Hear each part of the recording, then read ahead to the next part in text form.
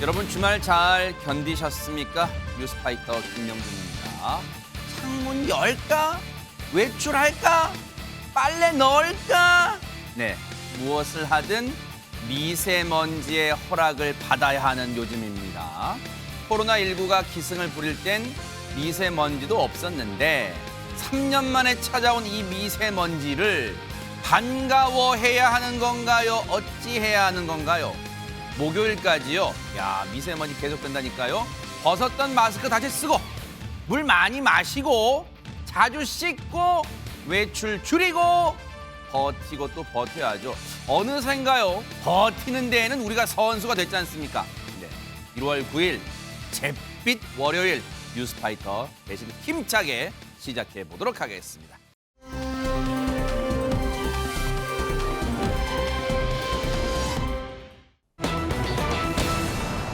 이 제목 좀 보세요.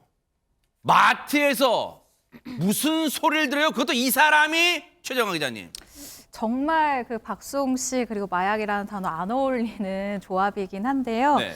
일단 이 박수홍 씨 같은 경우에는 지난해 12월 23일에 드디어 결혼식을 올렸습니다. 그랬잖아요. 네. 2021년 7월 혼인신고를 한 지 1년 5개월 만에 웨딩 마치를 올리게 된 건데요. 네. 그렇게 행복한 신혼생활을 보내고 있는 이 박수홍 씨 아이고, 저 부부가 장면요 보세요. 아이고. 네, 얼마 전에 행복이 겨운 모습입니다. 네. 네, 정말 그 아름다운 결혼식이었는데요. 네. 이 최근 MBN 동치미에 함께 출연해서 그동안의 아픔을 겪었던 속사정을 털어놨습니다. 그래요? 네, 바로 결혼 전에 이 23살 연하 아내, 정말 실물로 보니까 너무 예쁘더라고요. 네. 이 김다혜 씨가 근거 없는 루머 때문에 겪었었던 피해들을 이제 얘기를 한 건데 아하. 박수홍 씨가 이런 얘기를 했어요. 뭐라고요? 제가 결혼하면 잘못된다는 얘기를 그동안 너무 많이 들어서 네. 아내가 좋으면서도 결혼하자는 말을 선뜻 못했다는 거예요. 네. 그런데 이런 아내가 단지 내 곁에 있다는 이유만으로 마녀 사냥을 당했다.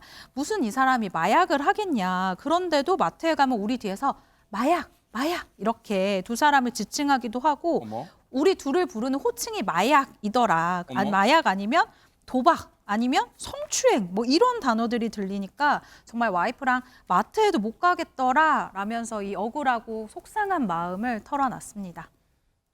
어처구니가 없어요. 이런 말을 하는 사람들이 있다는 게 너무너무 놀랍습니다. 대체 무슨 근거로 이런 말을 해요? 루머라는 게 정말 무섭습니다. 관련 얘기 들어보시고 이어가 보도록 하겠습니다. 제가 결혼하자는 말을 처음 꺼낸 게 그냥 저를 지켜주러 제 옆에 있는 이유만으로 마녀 사냥을 당했잖아요. 마트를 가면은 그냥 우리 뒤에서 마약 그래요. 그러니까 우리 호칭이 마약. 마약 아닌 도박. 저는 뭐 성추행. 이게 정말 들리니까 와이프랑 마트도 못 가겠더라고요. 이 사람이 제 옆에 있는 이유만으로 정말 저는 결혼하자고 한 번도 한 적이 없는데 마약쟁이가 되고 막 이 사람이 내 돈을 노린 사람이 되고 사회적으로 매장을 당하는 걸 보면서 제가 세상이 그렇게 만드는 걸 보면서 제가 이기적으로 어차피 혼사길 막혔고 내가 너무 좋아하고 결혼하자 그랬어요, 제가. 들어도 믿기지가 않아요. 이런 말을 해요. 그것도 그냥 뭐 인터넷에 올리는 악플 그 정도가 아니라 마트에 장 보러 가면 뒤에서 수근수근 댄대요. 거의 들으라는 식으로. 정말 이게 사람들입니까? 이런 말을 할 수가 있어요? 그런데 하재근 평론가님, 김다혜 씨 입장에, 아내분 김다혜 씨 입장에서는요, 진짜 연예인도 아닌 입장에서 정말 얼마나 속이 타들어갔겠어요, 진짜. 그러니까 정말 놀라고 고통스럽고 그랬을 것 같은데 네. 말씀하신 것처럼 연예인이 아닌데 그 연예인들은 자신의 행동이 대중한테 주목받고 뭐 악플도 받고 그런 걸 어느 정도는 경험을 했잖아요. 네. 근데 일반인이 갑자기 대중한테 나에 대한 루머가 퍼지고 내가 대중한테 손가락질을 받고 악플이 쏟아지고 이런 건 상상도 못했던 못해죠. 일인데 네. 갑자기 그런 게 터지니까 굉장히 고통받았을 텐데 네. 문제는 이분이 본인의 고통보다도 부모님이 너무 힘들어하시니까 어머. 그 고통스럽다는 걸 내색을 못하고 오히려 부모님을 위로를 해드려야 되는 상황이 됐고 네. 그렇게 아픈 걸 속으로 사귀다 보니까 머리에 원형 탈모가 생겼다고 하는데 어머나. 당시에 김다혜 씨가 그래도 단 걸 먹으면 일시적으로 좀 스트레스가 풀리니까 단 걸 자꾸 먹다가 몸무게가 75kg까지 쪘다고 합니다. 어머, 세상에. 근데 그때 박수홍 씨는 수척해졌었잖아요. 스트레스 때문에. 네. 박수홍 씨가 당시에 68kg이 돼가지고 박수홍 씨는 말라가고 김다혜 씨는 또 더 몸무게가 나가고 그렇게 됐던 거예요. 네. 그런데 그렇게 이제 김다혜 씨가 힘들면서도 박수홍 씨가 당시에 무슨 극단적인 선택을 할 위험이 있고 이런 상황이다 보니까 본인이 그렇게 아프면서도 박수홍 씨한테는 끝까지 내색을 못했다고 합니다. 하하. 지금 동치미에 출연해서 앞서 영상 보셨지만요. 뭐 박수홍 씨야 진행자의 입장이기도 하니까 그런다 치지만 김다혜 씨가 정말 저렇게 활짝 웃는 모습을 보이기까지 얼마나 많은 고통의 시간을 겪었겠어요. 생각해 보세요. 자기 뒤에서 마약 이런 말을 한다는 거예요. 무슨 근거로 나쁜 사람들이 어떻게 그런 말을 할 수가 있죠? 그런데 박성배 변호사 사실은 루머는 루머일 뿐이야. 우리 서로 의지하고 잘 견뎌보자 하면 이겨낼 수도 있겠지만 근데 더 힘들게 한 일이 터졌다면서요. 뭡니까? 바로 아내 김다혜 씨의 가족들까지 루머로 고통을 받은 어머, 대목이었습니다. 더 이상 세상에. 참기 힘들었던 것 같습니다. 박수홍 씨에 따르면 이 장모님은 아파서 공황장애가 오고 장인어른은 스트레스로 갑자기 눈이 안 보이시기도 어머, 했다고 합니다. 세상에. 잘 키워놓은 딸이 한순간에 마녀가 되니 감당이 안 되신 것 같은데 제가 얼마나 미웠겠냐며 그 심경을 토로하고 있습니다.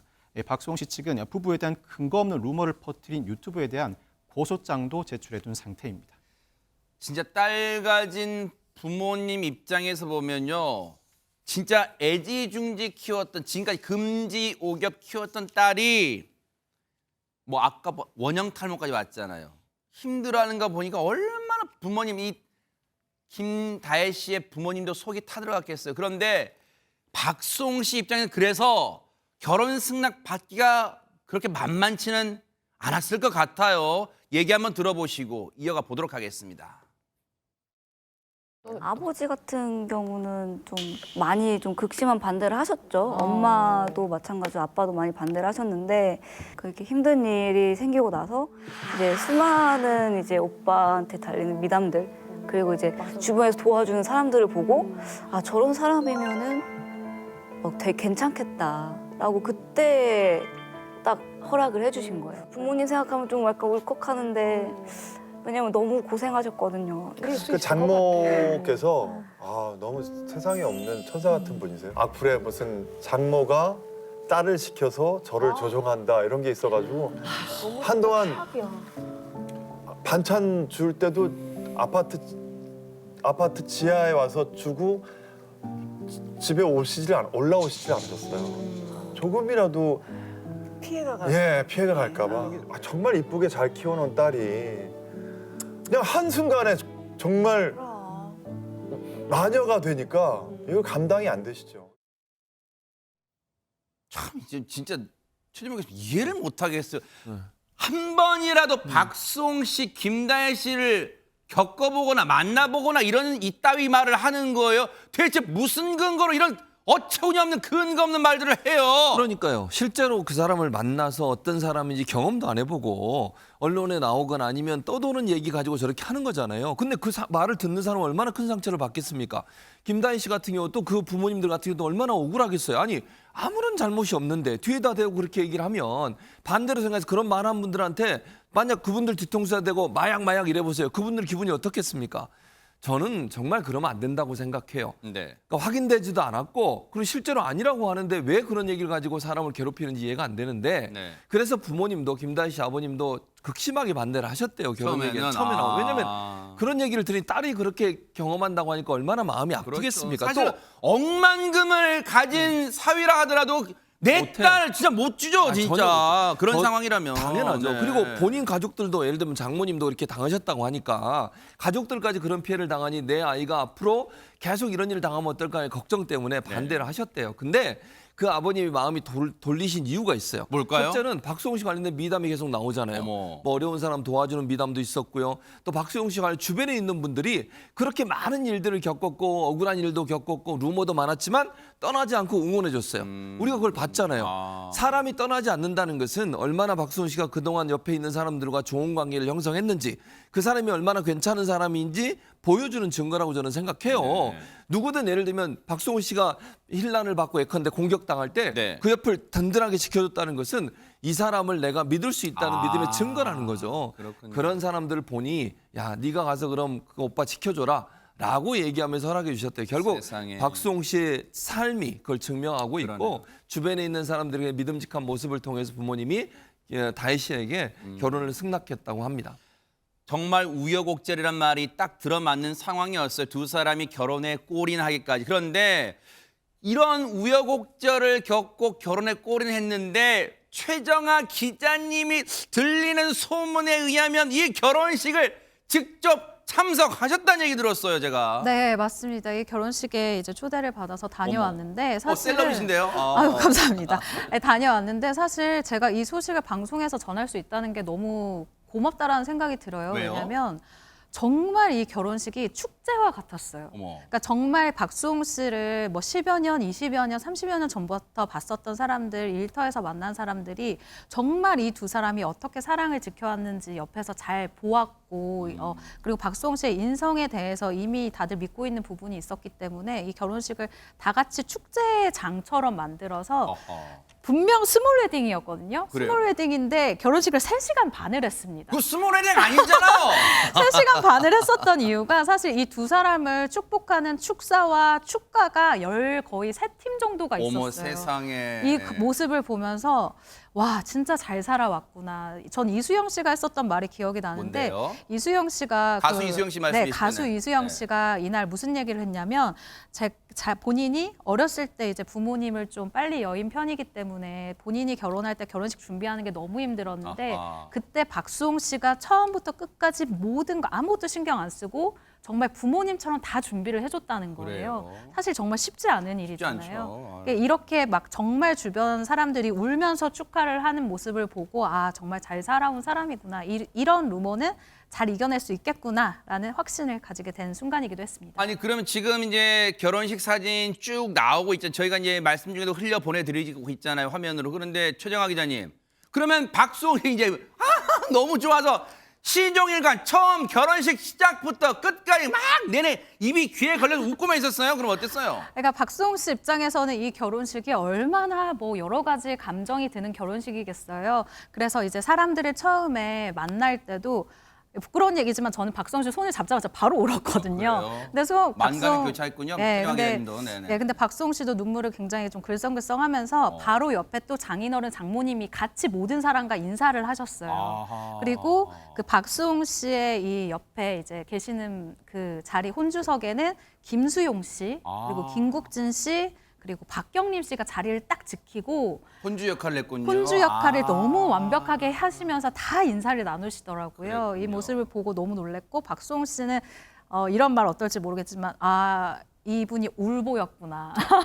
1, 2부 내내 그 여러 가지 감정이 들어서인지 기쁨의 눈물 그리고 참 감동의 눈물을 참 많이 흘리기도 했습니다. 그랬군요. 지금 이제 사진에는 활짝 입이 귀에 걸린 듯한 모습만 나와서 그렇지 이렇게 또 안 보이는 곳, 언론에 노출 안 되는 곳에서는 또 많은 분들하고 또 눈물로 또 감사의 인사를 표했던 박수홍 씨 같아요. 근데 참 좋은 일에 우리가 또 이렇게 우울한 소식만 전할 수는 없잖아요. 그래서 뭔가 희망적인 얘기가 두 사람 사이에는 없을까요? 얘기 들어보시고 이어가 보도록 하겠습니다. 어디서 만났지? 아니 좀 가만 있어봐요. 제일 높은 빌딩에서 81층에서요. 거기 또 행사가 있어가지고 예. 그 갔는데 나는 그때 보자마자. 너무 인상적이어서 밥 먹자고 그랬는데 그 후로 몇 달 있다가 만났나요? 1년을 좋아해서 따라다니더라고요. 아니 근데 1년을 다홍이라는 내 정말 새끼 같은 아이가 그렇지, 있지만 그렇지. 그 또 사람 내 새끼가 진짜 태어날 태어나야죠. 태어나야 되니까 그럼. 정말 와이프와 아이들을 잘 정말 지키고 정말 고생생 더 있어? 아니 앞으로 아니 소식 나오면 바로 연락드릴게요. 지금 귀가 번쩍 트이는 단어가 나왔습니다. 2세 혹시 뭔가 좋은 소식 기대해봐도 되는 겁니까, 김진희 변호사님? 일단 김다희 씨도 그렇고 박수홍 씨도 그렇고 2세 계획에 대해서는 빠르면 빠를수록 좋다라고 이제 얘기를 했다고 합니다. 그래서 이제 김다희 씨가 이제 박수홍 씨하고 최근에 같이 건강검진을 받았었는데 건강검진 결과 이제 박수홍 씨 같은 경우에는 오히려 6살이 신체 나이가 적게 나오고 어머. 김다희 씨는 2살이 많게 나와서 결국에는 두 사람 신체 나이로서는 뭐 별로 큰 차이가 나지 않는다고 합니다. 네. 그리고 이제 또 자녀도 2명이 갖고 싶은데 이제 박수홍 씨 나이가 있다 보니까 아무래도 좀 빨리 터울을 많이 두면 안 될 것 같아서 뭐 쌍둥이를 이제 낳으면 좋겠다 이런 희망도 미쳤고 그다음에 시험관 시술 또한 이제 적극적으로 고려하고 있다고 합니다. 네. 근데 이제 한편 박수홍 씨가 이제 뭐 활동하려면 차량을 이제 타고 다녀야 되는데 박수홍 씨 차가 이제 예전 법인 소유로 다 되어 있다 보니까 조금 지금 어려움을 겪고 있다고 해요. 그래서 김다희 씨 같은 경우에는 앞으로 좀 여건이 되면 박수홍 씨한테 차도 빨리 사주고 싶다 이렇게 이제 애정을 드러냈다고 합니다. 네. 물론 박수홍 씨한테는 개인적으로 풀어야 할 법적 다툼이 있죠. 여러분도 아시는 것처럼 그건 그거대로 해결해야겠죠. 하지만 이제는 든든한 인생의 동반자, 반려자가 옆에 든든히 계시니까 힘내시고 앞으로도 밝은 모습 시청자분께 보여주시길 기원해 보도록 하겠습니다. 응원하겠습니다.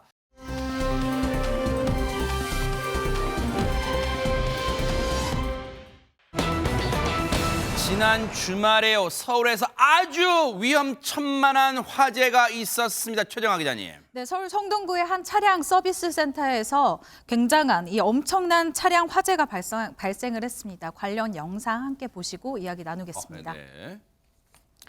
서비스 센터 앞에 주차된 차량에서 아주 거센 불이 일어나고 있습니다. 세상에. 소방대원들이 차량 가까이 바짝 붙어서 호스로 연신 불을 쏘아대지만 이 불길이 점점 잡히지 않고 있는 모습인데요. 역부족 같아요, 지금 봐도. 네, 이렇게 3시간 가까이나 물을 뿌려대고 나서야 겨우 화재 진압에 성공했습니다. 아니, 박성배 변호사님, 보통 화재, 예를 들어 어디 큰 공장 이런 데 화재가 한 3시간 만에 불길 잡혔다, 진화됐다 하는 거지. 저게 지금 3시간 걸렸다는 게 말이 돼요, 지금? 바로 이 차량이 전기차였기 때문입니다. 어머. 지난주 토요일 오후 5시경 서울 성동구에 있는 차량 서비스 센터 앞에 주차돼 있던 차량에 갑자기 화재가 발생합니다. 이 차량 주인의 신고를 받고 소방당국이 화재 진압을 시도하지만 이 소방 인력 65명에 어머. 펌프차를 비롯한 소방 장비 27대가 출동하고도 불을 끄는데 3시간 가까이 어머, 걸립니다. 세상에. 당일 오후 7시 50분경에야 불이 완전히 꺼졌는데 이 화재로 차량 절반이 불에 탔지만 다행히도 인명피해는 발생하지 않았습니다. 천만다행이네요. 인명피해 없었어요. 근데 화재의 원인은 밝혀졌을까요, 김진희 변호사님? 일단 소방 당국에 따르면 이제 이 차량 주인이 이제 차량을 서비스 센터에 그냥 주차를 해뒀는데 어허. 갑자기 차량에서 불이 나서 119에 신고를 했다고 일단 알려졌습니다. 네. 그래서 이제 사고 발생하기, 그러니까 화재가 발생하기 1시간 전쯤에 이 차량 주인이 차량을 운행을 하고 있었는데 갑자기 그 이제 경고등이 뜬 겁니다. 점검이 필요하다라고 어허. 경고등이 뜨면서 갑자기 차량 시동 자체가 꺼졌고요. 어머. 그래서 결국에는 뭐 움직일 수 없으니까 레커를 이용해서 서비스 센터에 방문을 해서 이제 서비스 받기 위해서 어허. 차량을 그냥 세워둔 겁니다. 근데 이제 갑자기 이렇게 발화가 돼서 이제 불이 난 건데 소방당국에서 이제 추정을 하는 거는 불꽃이 최초에는 차량 아랫부분에서부터 시작이 됐다고 하고 그래서 이제 전기차다 보니까 그 배터리 내부에 온도가 갑자기 급격하게 올라가서 생기는 열폭주 현상에 따라서 불이 발생한 것이다라고 일단 추정을 하고 있습니다만 뭐 정확한 것은 아니기 때문에 정확한 사고 원인이라던가 아니면 화재 뭐 피해 규모라던가 이런 부분은 추후에 보다 정확히 조사할 계획에 있습니다. 어머, 세상에 놀라워요. 오싹하기도 하고. 왜냐하면 최진봉 교수님, 예. 최근에 빈발하고 있는 전기차 화재 사고를 보면 진화하는데, 즉 불을 끄는데 상당히 상당히 오랜 시간 걸려요 지금. 그렇습니다. 말씀하신 것처럼 일반 자동차 같은 경우는 30분 정도면 불이 다 꺼져요. 아하. 그런데 이게 배터리로 운영이 되잖아요. 리튬 배터리로 운영이 되는데 이 배터리 같은 경우 한 번 불이 나면 그러니까 소진할 때까지 완전히 불이 탈 때까지는 계속 타는 거예요. 어머. 그래서 이걸 끄는데도 상당히 큰 어려움이 어머, 있고요. 세상에. 그래서 지난달 12월 5일 날 경부 영주시에서도 비슷한 사건이 하나 터졌는데요. 그렇죠. 아하. 그때는 벽하고 부딪혔어요. 네. 근데 5초 만에 지금 사진에 지금 저 나오는- 모습에 예. 지금 네네. 근데 운전하시는 분이 나오질 못해가지고 결국 사망하는 사건까지 그러니까요. 있었거든요. 아이고. 근데 그것도 1시간 50분이 걸렸거든요. 근데 이번 사고도 3시간이 걸려서 겨우 불을 껐습니다. 어머 세상에. 왜 이유가 있을까요? 여러분 궁금하시잖아요. 관련해서 전문가 얘기 들어보시고 이어가 보도록 하겠습니다.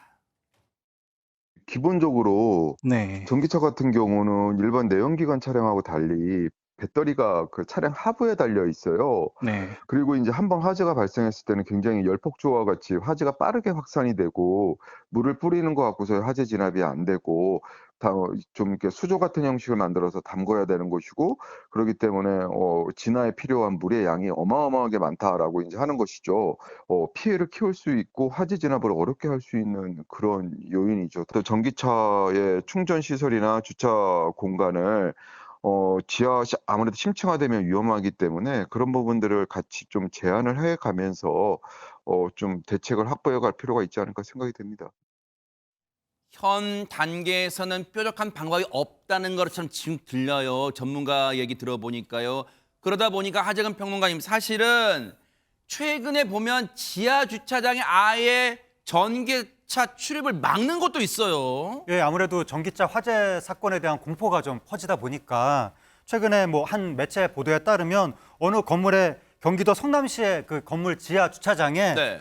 그 지하 주차장 전역에 전기차 출입을 제한한다고 그런 현수막을 건 모습이 이제 보도가 되기도 했었는데 아하. 저런 건물들이 좀 여기저기 생긴다고 하는 거죠. 네. 근데 그 전기차 등록 대수가 네. 2018년에 5만 5천여 대에서 작년에 34만 7천여 대로 5년 사이에 7배가 늘어났거든요. 껑충 뛰었네요. 그런데 전기차 화재 건수는 2018년에 3건에서 작년에 36건으로 5년 새 12배가 증가한 거예요. 그러니까 전기차가 증가하는 속도보다 네. 전기차 화재 사건이 증가하는 속도가 더 빠른 거예요. 아하. 이러다 보니까 지금 소방 당국의 고민이 깊어지고 있습니다. 네.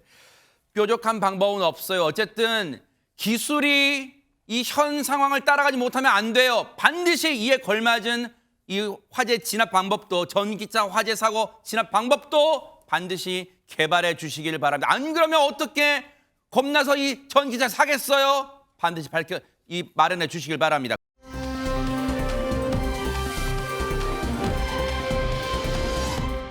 그런가 하면 여러분 혹시 이 이름 들어보셨어요?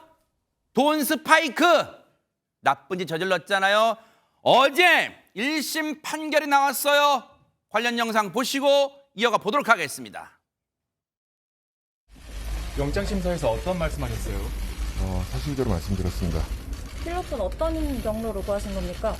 조사 과정에서 상세히 밝히도록 하겠습니다. 혐의 자체는 인정하시는 건가요? 네, 인정합니다.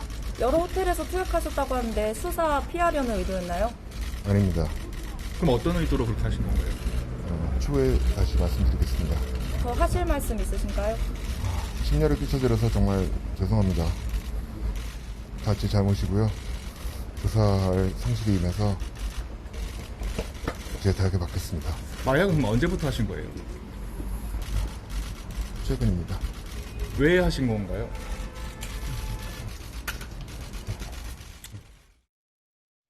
오늘 나왔네요. 1심 선고가 나왔는데 날짜가 지금 중요한 게 아니라요. 어처구니가 없어요. 박성배 변호사님. 가수 겸 작곡가 돈 스파이크 씨 지난해 9월 26일 서울 강남구의 한 호텔에서 체포됩니다. 혐의는 특가법상 향정 등이었습니다. 구체적인 혐의 사실은 크게 4가지로 나뉩니다. 우선 지난 2021년 12월부터 9회에 걸쳐서 4,500만 원 상당의 필로폰을 구매한 혐의입니다. 아울러 20g 상당의 필로폰을 소지한 혐의도 받습니다. 또 지난해 1월부터 9월 사이에 강남구 호텔, 태안군 리조트 등에서 여성 적객원 등과 함께 필로폰을 투약하는 등 공동 투약 5회를 포함해서 총 14차례에 걸쳐서 마약을 투약한 혐의를 받습니다. 마지막으로 7회에 걸쳐 필로폰 및 엑스터시를 교부한 혐의도 받습니다.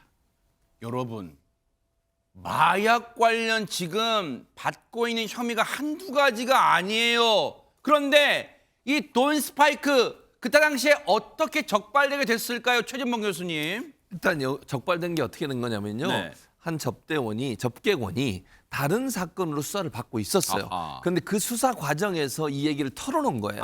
그러니까 지금 아까 박성희 변호사 설명했듯이 접객원과 함께 같이 투약한 경우가 있었다고 했지 않습니까? 네. 아마 그 경험을 본인이 아마 수사 과정에서 얘기를 한 것 같아요. 아하. 그래서 덜미가 잡혀가지고 결국 수사가 진행된 겁니다. 아하. 그래서 사실 마약 수사의 이 특징은 관련자를 일단 진술하게 되면 꼬리에 꼬리를 물잖아요. 그래서 윗선까지 밝혀내는 게 마약 수사의 핵심이라고 알려져 있는데, 김진유 변호사님 앞서 말씀드린 것처럼 오늘 돈 스파이크 4가지 혐의 받고 있는 돈 스파이크에 대해서 1심 선고 나왔어요. 어떻게 나왔습니까? 법원은 구속 기소된 돈 스파이크 씨한테 징역 3년에 집행유예 5년을 선고했습니다. 그리고 이와 함께 보호 관찰과 함께 이제 120시간의 사회봉사, 그다음에 80시간의 약물 치료 강의 수강, 그리고 추징금 3,985만 7,500원을 명령을 했습니다. 네. 오늘 돈 스파이크 씨는 청록색 수의를 입고 재판장에 들어서서 정면을 응시하면서 판사의 말을 경청을 했고, 방금 말씀드린 것과 같이 선고를 받고 인사하고 재판장을 나와섰습니다. 당연히 재판장한테 인사해야죠. 그건 놀라울 것도 없어요. 그런데 더 놀라운 게 여러분 방금 내용 들으시고 어떤 점이 놀라우셨어요? 박성배 변호사님 이런 죄를 저질렀는데 집행유예라고요 지금? 재판부는 우선 엄벌의 필요성을 설명합니다. 마약 관련 범죄는 적발이 쉽지 않고 재범 위험성도 높을 뿐만 아니라 중독성으로 사회 해악이 크다. 특히 피고인은 지난 2010년 대마 관련 범죄로 처벌받은 전력이 있음에도 불구하고 이 같은 범행을 저질렀다. 본인이 매수한 필로폰 등의 양이 100g에 달하고 여러 명을 불러들여 함께 투약하는 등 범행 수법도 좋지 않다고 지적합니다. 그러면서도 그동안 수사에 적극 협조했고 자신의 범행을 모두 인정하고 반성할 뿐만 아니라 무엇보다 가족과 주변 사람들이 피고인을 계도할 것을 다짐하면서 선처를 탄원하고 있다. 앞으로 재범을 억제할 사회적 유대관계가 형성돼 있는 것으로 보이고, 앞서 대마 관련 범죄도 현재로부터 11년 전의 것으로서 그 이후 지금까지 10여 년 동안 아무런 범죄 전력이 없었다면서 양형 사유를 설명했습니다. 그런 가운데 돈 스파이크에 대한 어떤 내용이 알려지냐면 구금 기간 동안 손가락 끝이 뭐 어떻게 됐다 이런 얘기가 들려요, 최정화 기자님. 네, 맞습니다. 돈 스파이크의 변호인단을 통해서 이 같은 소식이 전해지게 됐는데요. 변호인단은 이런 이야기를 합니다. 네. 현재 피고인의 가족과 운영하는 사업장의 이 직원들 생계가 심히 염려되는 상황이다. 네. 이 마약 중독에서 벗어나기 위해 모든 걸 노력하고 있다라고 네. 얘기를 하면서요. 피고인은 구금 기간 동안 손가락 끝이 마비되는 등 건강이 악화돼 반성문도 못 쓰고 있다라고 호소를 합니다. 네. 이어서 이 피고인이 그동안 음악 활동으로 여러 기여를 해왔다. 다시 한번 기회를 준다면 이 재능을 사회 봉사에 쓰겠다. 여러 사정을 고려해 선처를 내려주시길 바란다라고 덧붙였습니다. 이에 돈 스파이크는요. 정말 죄송하다, 재범하지 않겠다, 잘못했다라고 선처를 구했습니다. 하재근 평론가님, 법감정, 국민정서법이라는 건 물론 법전에는 안 나오겠지만 돈 스파이크 이번엔 초범도 아니고 재범이에요. 그리고 많은 수사 전문가들이 마약은 특히 재범 가능성이 재범률이 높다는 걸로 알려져 있잖아요. 이거 솜방망이 처벌 아니에요? 그 재범이라는 부분 때문에 인터넷에 지금 누리꾼들의 반응이 부정적으로 나오고 있습니다. 어떤 식의 반응들이 나오냐면 재범에 상습 투약했는데 집행유예라니 뭐 이런 반응이 있고, 1년이라도 실형을 살아야 정신 차리지 않을까? 이런 반응도 있고, 네. 이러니 마약 범죄가 많아진다. 사회적으로 모범을 보여야 할 연예인이 마약을 했는데 집행유예라니, 이런 식의 반응들이 나오고 있습니다. 그러니까요. 그동안 방송에서 나와서 얼마나 깨끗하게 했습니까? 그런데 이걸 이렇게 4가지 혐의를 받고 있는 그래서 재범 돈 스파이크, 과연 앞으로 정말로 모든 걸 청산하고 깨끗하게 살지 지켜보도록 하겠습니다.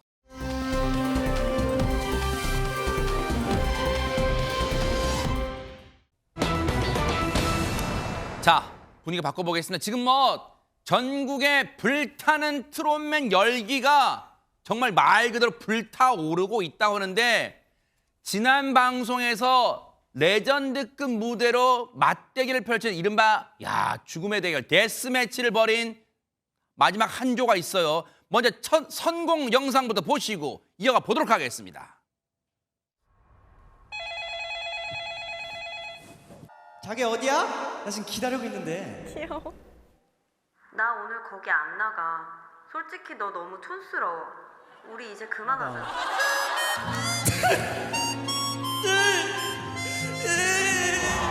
있을 때 차례 후회하지 말고 있을 때 차례 후회하지 말고 있을 때 차례 흔들리지 말고 있을 때 차례 흔들리지 말고 아무도 모르게 보고파질 때 그럴 때마다 너를 찾는 거야 바라보고 있잖아 사랑하고 있잖아 더 이상 내게 뭘 바라나 있을 때 잘해 있을 때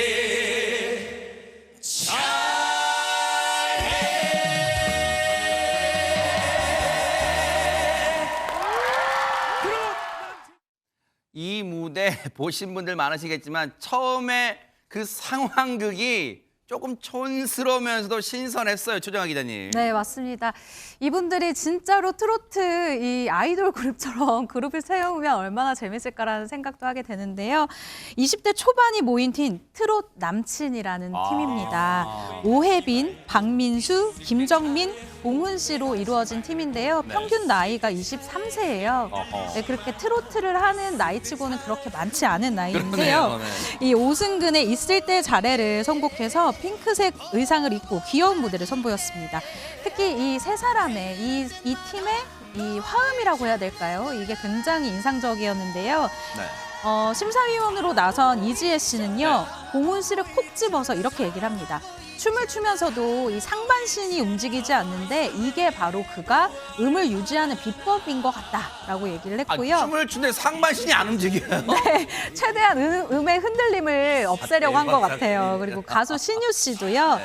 트롯 남친 이 팀 같은 경우에는 어릴 때 이 과자 종합 선물 세트를 받은 그런 느낌이었다. 보기만 해도 행복했다라는 평을 남겼습니다. 야, 근데 이 팀이 이름 진짜 귀엽게 지은 것 같아요. 트롯 남친으로 거듭날 수 있는 뭐 비결 같은 게 있을 것 같습니다. 박성배 변호사님. 우선 전국 노래자랑 최우수상, 박달가요제 금상 등을 수상하면서 트로트 엘리트 코스를 밟아온 공훈 씨. 이번에는 쪽집게 과외 선생님으로 변신해서 오혜빈 씨를 트로트 1등급으로 거듭나게 했다고 저분이 합니다. 제일 왼쪽 분이 공훈 씨예요. 네, 그렇습니다. 그리고 서천의 아들 박민수 씨는 이별남 연기를 선보이면서 숨겨둔 끼를 발산했고 김정민 씨는 타고난 발성에 간드러지는 목소리로 노래에 맛을 더하면서 네 사람이 환상적인 합을 이루어냈다고 합니다. 야, 정말로 트롯 남친 각각의 매력이 뭉쳐서 훌륭한 팀을 만들어냈어요. 트롯 남친 팀. 여기에 맞서는 또 다른 마수 팀은 대체 어떤 끼를 발산할까요? 영상 만나보시고 이어가 보도록 하겠습니다.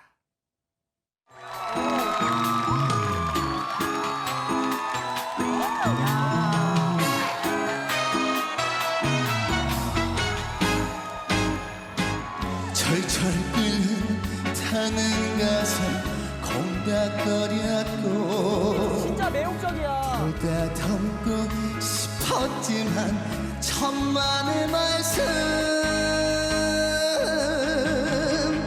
몰라예 아이라예 부끄러워예 보고 싶다 부산 아가씨 몰라예 아이라예 부끄러워예 보고 싶다 부산 아가씨 몰라해 아이라해 부끄러워해 보고 싶다 부산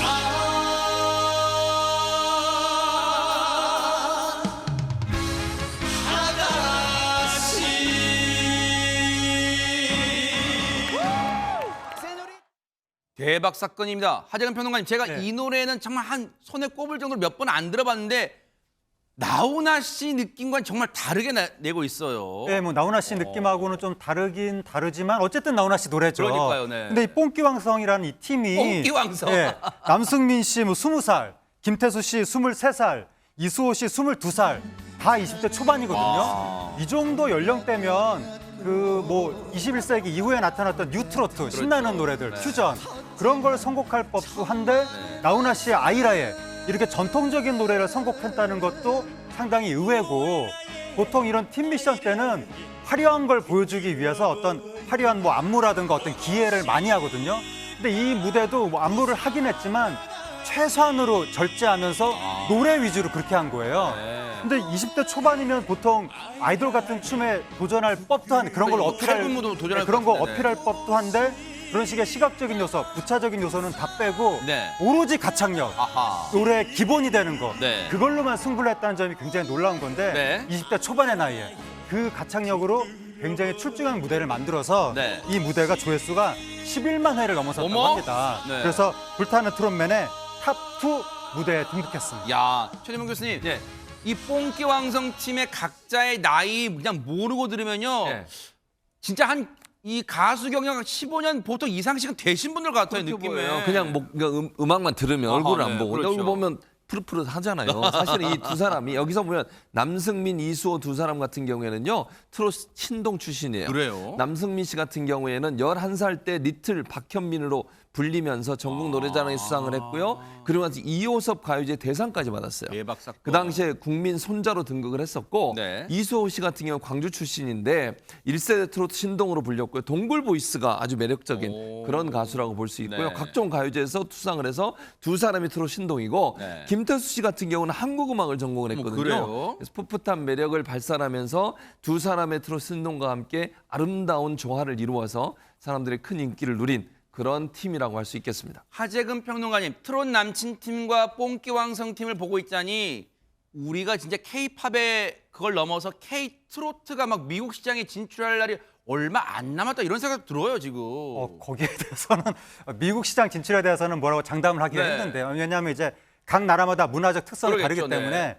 미국의 트로트라고 할 수 있는 컨트리가 우리나라에서 별로 이렇게 크게 인기가 없는 아하. 것처럼 그러니까 트로트가 서구권에서 인기를 끌 거라고 섣불리 기대하기는 어렵지만 네. 어쨌든 우리나라 트로트가 지금 세대 교체는 되고 있는 것 같습니다. 아하. 20대 한 초중반 정도 되는 가수들이 트로트를 너무 잘하는 거예요. 그러니까요. 가끔가다가 트로트에 도전하는 분들 보면 좀 인위적으로 꺾기를 많이 집어넣는다거나 이런 느낌이 들 때가 많은데 지금 여기 있는 이 도전자들의 경우에는 그 인위적인 꺾기가 아니라 그냥 뽕끼가 그냥 DNA가 피 속에 흐르는 것처럼 너무 자연스럽게 나오기 때문에 네. 충분히 세대 교체는 이루어질 수 있을 것 같고 네. 아까 제가 서구권의 인기에 대해서는 예측하기 힘들다고 말씀드렸지만 서구권 말고 아시아권에서는 또 이런 식의 뽕끼가 통할 수도 있거든요. 네. 향후에 뭐 일본이나 중국이나 이런 데서 한류 스타로 네. 활동할 가능성은 충분히 열려 있는 것 그래요. 같습니다. 앞으로 이제 무대가 계속해서 남아 있어요. 이분들의 활약 계속해서 응원해 보도록 하겠습니다.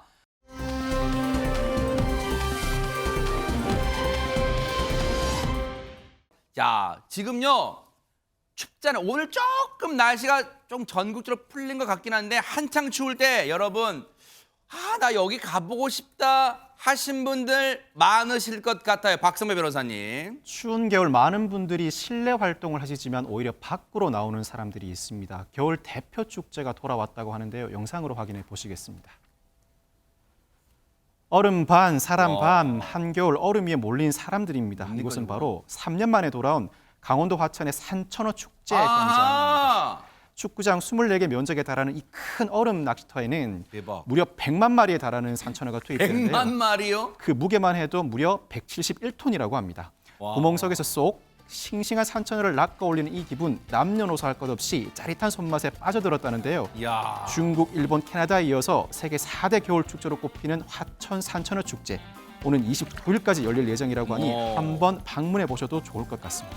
야, 100만 마리 산천어면 전국의 산천어가 일단 다 집결했다 해도 과언이 아닐 정도인데 하재근 평론가님, 근데 저희 가면 산천어 저 얼음 낚시하는 것만 있어 나머지 뭐 즐길 건 하나도 없는 거예요, 그러면? 저게 순전히 낚시만 했으면 네. 세계 4대 축제 중에 하나가 될 수 없었을 아, 텐데 진짜 어리석은 질문이었군요. 네. 온갖 재미 요소들이 버라이어티하게 네. 준비가 된 거예요. 아하. 일단 저런 식의 지역 축제의 꽃이 네. 먹는 거거든요. 그러네요. 아하. 산천어 잡고 끝나는 게 아니라 먹을 수가 있습니다. 저 자리에서 직접 뭐 한 300마리 정도의 산천어가 동시에 구워지는 거대 구이통에서 구워 먹는다든지 어머, 대박 사건 맛있겠다. 아니면 잡은 산천어를 직접 회센터에 가지고 가면 네. 회를 떠주는 거예요. 어머. 회를 먹을 수도 있고 그 밖에도 어린이들하고 이제 가족 단위로 가면 맨손으로 뭐 산천어 잡기 체험, 얼음 미끄럼틀, 눈썰매, 얼음 조각 정시 등등등 아하. 여러 가지 즐길 거리들이 함께 제공되고 있습니다. 야, 저렇게 보세요. 저렇게 뛰어들어서 맨손으로 이게 진짜 맨손으로 잡아요, 저걸. 산천에 빨리 도망가. 잡히지 마. 어머머머 저렇게 잡습니다. 얼마나 또 재밌겠어요. 그런데 지금 사람들 되게 많은데 김진희 변호사님 앞서 위에서 찍은 드론으로 찍은 영상 보면 그 얼음 위에 수많은 사람이 갑자기 있으면 제 또 쓸데없는 호기심. 갑자기 얼음 막 깨지고 그러는 거 아니에요? 지금 이제 굉장히 많은 사람이 몰린 건 사실입니다. 네. 왜냐하면 지난 이틀 동안 26만 명이 찾았다고 어머. 하고요. 그래서 올해 아마 100만 명 정도가 찾을 것으로 이제 예상이 되고 와. 있습니다만 안전 문제는 다행히 걱정하지 않으셔도 좋을 것 같습니다. 그래요? 그 이유가 이제 화천군에서는 아무래도 안전을 가장 최우선 순위에 두고 지금 어허. 준비를 하고 진행을 하고 있다고 하는데요. 네. 이렇게 매일매일 축제 기간 동안 사실 얼음이 굉장히 중요하잖아요. 얼마나 잘 얼어 있는지. 네. 그렇기 때문에 매일 잠수해서 얼음 두께나 결빙 상태라든가 이런 것들을 일일이 다 체크를 할 예정이라고 합니다. 아하. 그리고 또 어느 특정 지역에 아무리 뭐 결빙 상태 좋다 하더라도 사람들이 많이 몰리면 지금 또 보세요. 다 체크하네요, 지금. 네네. 아. 그래서 문제가 생길 수 있기 때문에 실제로 이제 출입이 가능한 인원 수를 이제 통제를 직접 하고 있다고 하고요. 그다음에 또 이제 출입 통로마다 운영 요원이라던가 아니면은 또 이제 로프라던가 이런 어떤 관련 시설물이라던가 이런 것들을 이제 더 많이 확대해서 배치를 했다고 합니다. 아하. 그리고 더더군다나 뭐 올해 겨울에 굉장히 추웠잖아요. 그래서 그러니까요. 한파도 굉장히 심했기 때문에 그 얼음 두께가 30cm가 넘는다고 합니다. 어머. 그래서 아무래도 좀 많이 안전할 거고 이제 화천군에서도 굉장히 총력을 기울이고 있기 때문에 안전 부분은 크게 걱정하지 않으셔도 좋을 것 같습니다. 야, 화천군 준비 많이 했네요. 들어보니까 안전도 확보되고 먹을거리도 다양하니 아마 이제 저기 가신 분들은 마음껏 즐기시면 될 것 같은데요. 관련 얘기 들어보시고 이어가 보도록 하겠습니다. 재밌고 애랑 같이 와서 너무 뜻깊은 겨울이 되는 것 같아요. It's our first time coming fishing and so far we are so fun. We love Korea, we love Hwacheon. 네, 저희도 화천 사랑합니다. 멋지네요.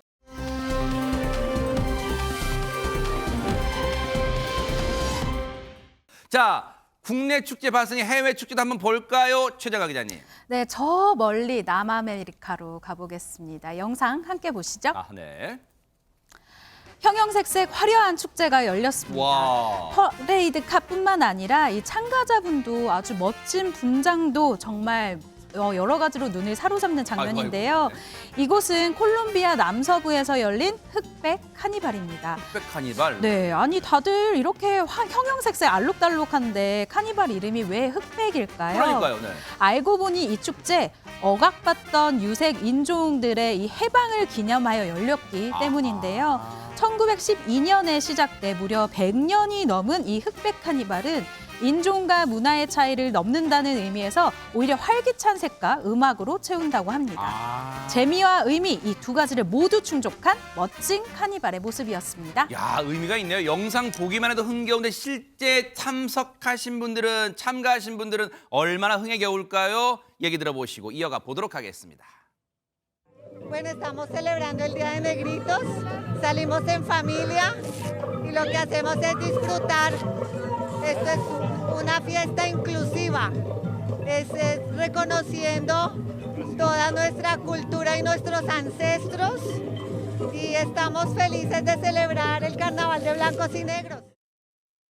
무려 100년이 넘는 축제이다 보니까 콜롬비아에서는 굉장히 의미가 있고 이제 유서 깊은 이제 축제예요. 그런데 미국에서 살다 오신 최진범 교수님, 네. 그 아래쪽 좀 내려가면 콜롬비아 있잖아요. 네. 저는 안 가셨어요, 그러면? 못 가봤습니다. 아하. 나중에 한번 가볼 생각입니다. 네. 콜롬비아는 못 가봤는데 콜롬비아에서 이 축제가 인기가 있는 이유가 있어요. 왜요? 아까 뭐 잠깐 설명이 나왔습니다. 네. 흑백 카니발이라고 얘기를 하잖아요.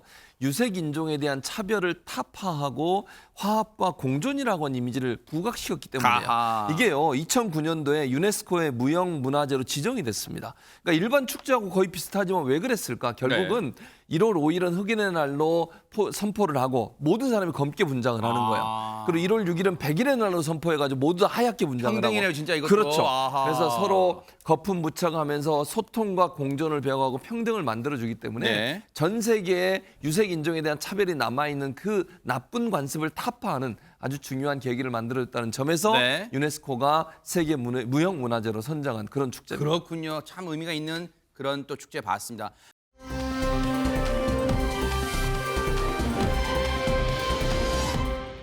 앞서 화천에만 낚시 있냐? 여기도 낚시 있다라고 외치는 사람들이 있다고 합니다. 김진휘 변호사님.